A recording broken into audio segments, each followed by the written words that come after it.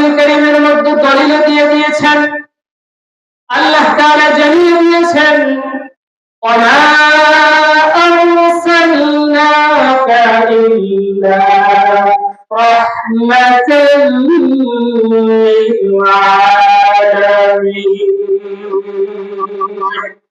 হে নবী, আপনি জানিয়ে দিন, হে রাসূল আপনি জানিয়ে দিন, আমি শুধুমাত্র আপনাকে মুসলমানদের নবী হিসেবে প্রেরণ করি নাই। হে রাসূল আপনি জানিয়ে দিন, আমি শুধুমাত্র মুসলমানদের নেতা হিসেবে আপনাকে জমিনের ভিতরে প্রেরণ করি নাই।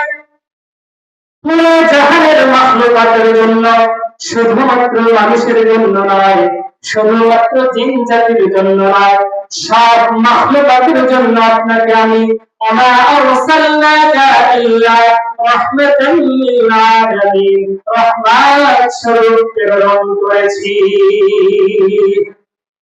কে বলেছে? আল্লাহ তাআলা জানিয়েছেন।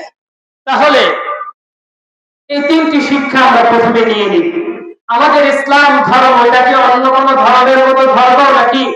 এটা সর্বস্থানে সর্ব জায়গার জন্য প্রযোজ্য, সর্ব জায়গার জন্য প্রযোজ্য, শুধুমাত্র নামাজের জন্য নয়, শুধুমাত্র মসজিদের জন্য নয়, শুধুমাত্র মাদ্রাসার জন্য নয়, শুধুমাত্র আলেম হাফেজদের জন্য নয়, সর্বস্তরে সর্ব সেক্টরে যখন আমরা এই ধর্মকে প্রেরণ করব এবং উচ্চ মর্যাদায় শামিল করব, তখনই এই ধর্মকে আমরা সর্বমর্যাদার উপরে আসীন করতে পারবো। ঠিক আছে?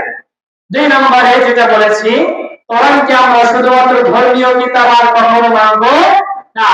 কোরআন শুধুমাত্র ধর্মীয় কিতাব নয়, অর্থনীতির কিতাব, সমাজনীতির কিতাব, ব্যক্তিনীতির কিতাব, পরিবার নীতির কিতাব, সর্বস্তরে সর্ব সেক্টরে জন্য আল্লাহ রাব্বুল আলামিন সেই 1400 বছর আগে এই কোরআনকে নাযিল করেছেন এবং কিয়ামত পর্যন্ত এই বিধানকে আমাদের মুসলমানদেরকে আল্লাহ রাব্বুল আলামিন মানতে বলেছেন। ঠিক না? 3 নম্বরে যেটা বলেছি, নবীকে শুধুমাত্র আমাদের নবী মনে করলে হবে না। নবী শুধুমাত্র মুসলমানদের নবী নয়, তিনি হচ্ছেন সকল মাখলুকাত, সকল মানুষের একজন নবী এবং নেতা হিসেবে দুনিয়ার মধ্যে প্রেরিত হয়েছে। ঠিক না?